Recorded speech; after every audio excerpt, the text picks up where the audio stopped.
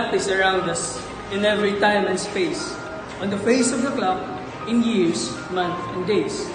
Math is life's algorithm. It exists in every pattern. Math chemistry is a science of harmonious proportion that we can use in finding solution.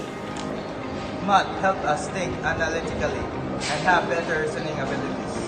Analytical thinking refers to the ability to think critically about the world around us.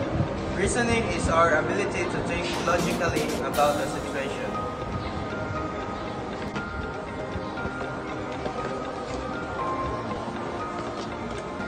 Numbers play a vital role in our daily life for accounting, measuring, and labeling objects, and they can easily be represented on a horizontal line.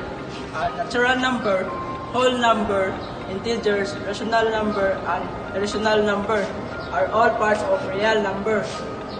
How do mathematics work in our daily life?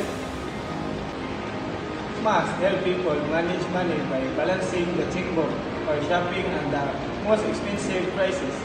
It helps calculate bills, calculation and subtraction of income and the expenses, financial obligation of tax, insurance, loans, and others. Mathematics enhances the development of quality infrastructures through creative designs with concise and accurate measurements.